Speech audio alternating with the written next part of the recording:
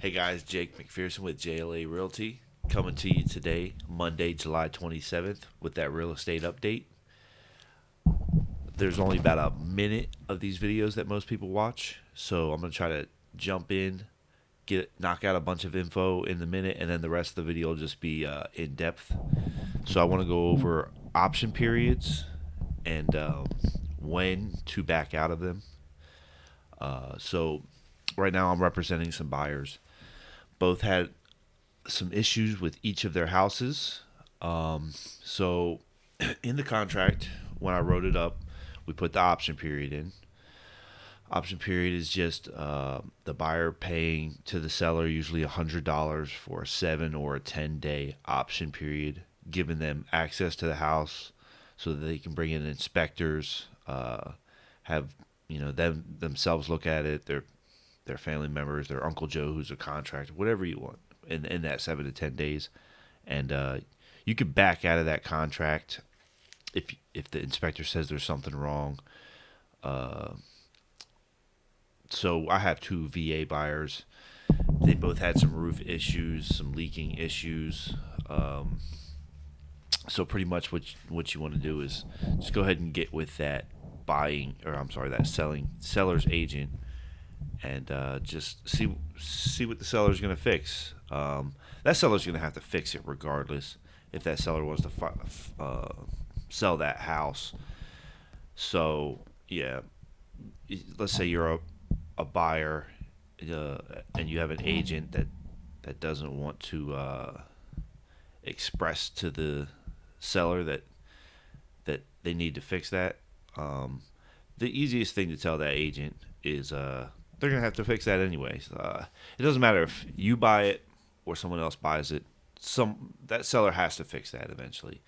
Because yeah, maybe it gets through conventional, but maybe it doesn't. Maybe it holds them up again in the sale. So it's usually easy to negotiate that if the house has something, especially with VA buyers, because the VA appraisers are so strict that it's just something that they're gonna have to get fixed if they want to sell that house. So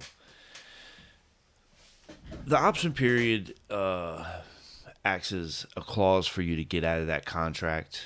It gives you permission to send an inspector in there, get a thorough look of that property, so that you're not jumping into a huge loan for a lemon, right?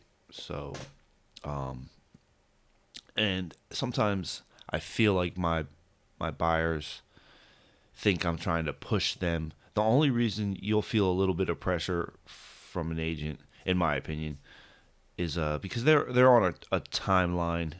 They have that 7 days to get you to either back out, or you're fully committed after that 7 to 10 day period. So it's hard for me to explain that. Yeah, there may be some things wrong, um, but as long as they're not going to hold us up for the VA appraisal or the conventional loan to get approved, I'm not as worried about those as I am having you understand that 7 to 10 day period kind of means you can't back out anymore unless financing falls through. That would be the other contingency.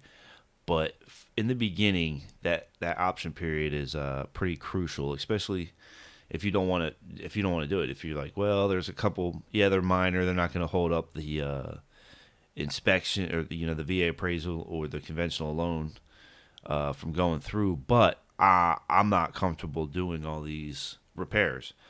Perfect. As long as you tell me in that 7 to 10 days for the option period, we can back out. But after that, you're stuck, and that's the only pressure I try to put on people. I understand that it's frustrating, and you don't know. You need an opinion. You need this. I can't really tell you an opinion. I'm not an inspector. Uh, I do know some things about the house, but legally, there's just things that I'm not supposed to give any legal advice. It's complicated. But at the end of the day, it's your home. You need to make that decision. If that inspector told you something that you're not comfortable with, then you need to make that decision to back out of that option period. So again, option periods 7 to 10 days. You'll pay that $100. It gives a buyer a chance to inspect that house before completely going all in on that contract. It's usually the beginning of the contract, the first 7 to 10 days. So that 7 to 10 days is pretty crucial. After that, you're locked into that contract. The only contingency after that is usually financing. So, all right, I'll wrap up with the Nasdaq and the mortgage rates. Today, Nasdaq is looking at like it's 10,000.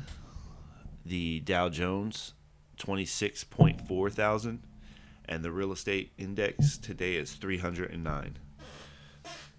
Mortgage rates looking around the same, a little higher. So 30-year fixed rate 3.25 with an APR of 3.3. 15-year 3.0, 3.09 for the APR. Let's see what we got here. There's usually a 30-year VA. Here we go. Oh, I'm sorry. So that was jumbo I read. I apologize. 30-year fixed rate 3.1 with a 3.2 APR. Not far off. 30-year fixed VA 3.0 with a 3.2 APR. 15-year 2.75 with a 2.9 APR.